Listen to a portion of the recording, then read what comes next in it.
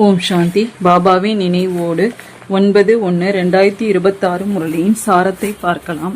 பாபா கேள்வி கேட்கிறாங்க, கர்மங்களை சிறந்ததாக ஆக்குவதற்கான யுக்தி என்னன்னு. பதில், இந்த பிறவியில் செய்த எந்த ஒரு கர்மத்தையும் தந்தையிடமிருந்து மறைக்காதீங்க. ஸ்ரீமத் படி கர்மம் செய்தீர்கள் என்றால் ஒவ்வொரு செயலும் சிறந்ததாக இருக்கும். எல்லாமே கர்மங்களை பொறுத்திருக்கு. யாராவது பாவ செயல் செய்து மறைத்து கொண்டு விடுகிறார்கள் என்றால் அதற்கு 100 மடங்கு தண்டனை ஏற்படும். பாவங்கள் அதிகரித்து கொண்டே போகும். தந்தையிடமிருந்து யோகம் அறுபட்டு விடும். பிறகு இது போல மறைப்பவர்களுக்கு சர்வநாசம் ஏற்பட்டு விடுதுன்னு சொல்றாங்க பாபா. எனவே உண்மையான தந்தையிடம் உண்மையான இருக்கணும்னு சொல்லியிருக்காங்க. நெக்ஸ்ட், நமக்கு எது கிடைத்ததால் நாம் எதை செய்வதில்லை என்று பாபா கூறியிருப்பது என்ன? பாபா சொல்றாங்க, இதுவோ இருண்ட உலகம். இப்பொழுது எல்லையில்லாத தந்தை குழந்தைங்களுக்கு ஆசையை அளித்து கொண்டிருக்கிறார். இப்பொழுது நீங்கள் பக்தி செய்வது இல்லை. இப்பொழுது தந்தையின் கை கிடைத்திருக்கின்றது. தந்தையின் ஆதரவு இன்றி நீங்கள் விகார கடலில் மூழ்கிக் கொண்டிருந்தீர்கள். அரைக்கல்பம் இருப்பதே பக்தி.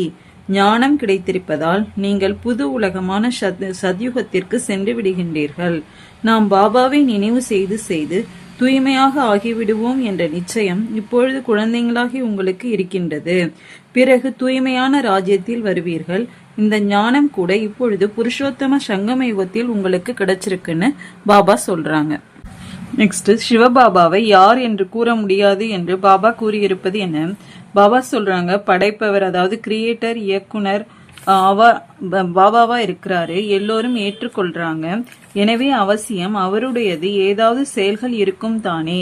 அவரை மனிதன் என்று கூறப்படுவது இல்லை. அவருக்கோ சரீரம் கிடையாது. மற்றவர்கள் அனைவரையும் ஒன்று மனிதன் என்று கூறுவார்கள் அல்லது தேவதை என்று கூறுவார்கள். சிவபாபாவையோ தேவதை என்றும் கூற முடியாது, மனிதன் என்றும் கூற முடியாது. ஏன்னா அவருக்கு சரீரமே இல்லை. இதுவோ பிரம்மா உடலை தற்காலிகமாக எடுத்திருக்கிறார். இனிமையிலும் இனிமையான குழந்தைங்களுக்கு நான் சரீரமின்றி எப்படி ராஜயோகம் கற்பிக்க முடியும் என்று அவரே கூறுகிறார். என்னை மனிதர்கள் கல் மண்ணில் இருப்பதாக கூறிவிட்டுள்ளார்கள். ஆனால் நான் எப்படி வருகிறேன் என்பதை இப்பொழுதோ குழந்தைங்களாகி நீங்க புரிஞ்சிருக்கிறீங்கன்னு பாபா சொல்றாங்க. நெக்ஸ்ட், குழந்தைகளின் நடத்தையை பாபா எதன் மூலம் தெரிந்து விடுவதாக கூறியிருக்கின்றார். பாபா சொல்றாங்க, மாயை மிகவும் கடுமையா இருக்கு. யாரையுமே விடுவதில்லை. இந்த தந்தை நல்ல முறையில தெரிஞ்சிருக்கிறாரு. தந்தை அந்தர்யாமி, அதாவது உள்ளே இருப்பதை அறிந்து கொள்பவர் என்று நினைக்காதீங்க. இல்லை, எல்லோருடைய செயல்கள் மூலமாக அறிந்து கொள்ளுகிறார். சமாச்சாரம் வருகிறது. மாயை ஒரேடியாக பச்சையாக வயிற்றில் போட்டு கொண்டு விடுகின்றது. இது போன்ற நிறைய விஷயங்கள் குழந்தைங்களாகி உங்களுக்கு தெரிந்து வருவதில்லை. தந்தைக்கோ எல்லாமே தெரிந்து விடுகிறது. மனிதர்கள் பின் பாடுகின்றனர். அந்தர்யாமி என்று நினைக்கின்றார்கள். நான் அந்தர்யாமி இல்லை என்று தந்தை கூறுகின்றார். ஒவ்வொருவருடைய நடத்தை மூலமாக எல்லாமே தெரிந்து விடுகின்றது. மிகவுமே சீச்சி நடத்தையில் நடக்கின்றார்கள். தந்தை குழந்தைகளை எச்சரிக்கின்றார். மாயிடமிருந்து பாதுகாப்பாக இருக்க வேண்டும். மாயை எப்பேற்பட்டது என்றால் ஏதாவது ஒரு ரூபத்தில் ஒரேடியாக விழுங்கி விடுகின்றது. பிறகும் தந்தை புரிய வைக்கிறார். ஆனாலும் கூட புத்தியில் பதிவதே இல்லை. எனவே குழந்தைகள் மிகவும் ஜாக்கிரதையாக இருக்க வேண்டும்னு பாபா சொல்றாங்க. நெக்ஸ்ட், எப்படி உறுதி கூறியவர்கள் எல்லாம் இப்பொழுது இல்லை என்று பாபா கூறியிருப்பது என்ன?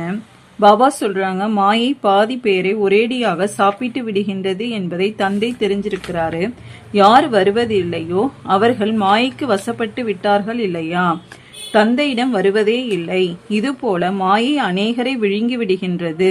நாம் இப்படி செய்வோம், இது செய்வோம், நாங்களோ யஜ்யத்திற்காக உயிரையும் கொடுக்க தயார் என்று மிகவுமே நல்ல நல்ல வார்த்தைகளை கூறிவிட்டு போகிறார்கள். இன்று அவர்கள் இல்லவே இல்லை. உங்களுடைய சண்டையே மாயுடன் தான். மாயுடன் சண்டை எவ்வாறு நடக்கிறது என்பது உலகத்தில் யாருக்கும் தெரியாதுன்னு பாபா சொல்றாங்க.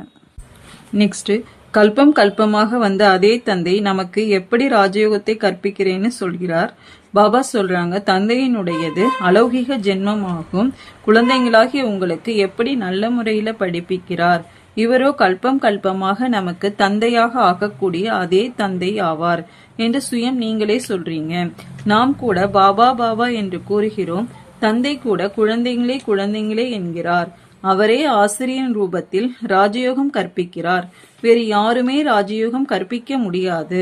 உங்களை உலகிற்கு அதிபதியாக ஆக்குகிறார் என்றால் அப்பேற்பட்ட தந்தையினுடையவராக ஆகி பிறகு அதே ஆசிரியரின் கல்வியும் பெற வேண்டும் இல்லையா? குஷியில் புல்லரித்து போய்விட வேண்டும். சீச்சி ஆனீர்கள் என்றால் பிறகு அந்த குஷி வராது. எவ்வளவுதான் தலையில் அடித்து கொண்டாலும் சரி, பிறகு அவர் நம்முடைய தர்மத்தை சேர்ந்த சகோதரராக இருக்க மாட்டார்னு பாபா சொல்லியிருக்காங்க. நெக்ஸ்ட், எப்படி விதவிதமான குழந்தைகள் பாபாவிடம் வருகின்றார்கள் என்று பாபா கூறியிருப்பது என்ன? பாபா சொல்றாங்க, வெளியிலிருந்து விதவிதமான குழந்தைகள் பாபாவிடம் வருகின்றார்கள். ஒரு பொழுதும் தூய்மையாக இருக்க மாட்டார்கள்.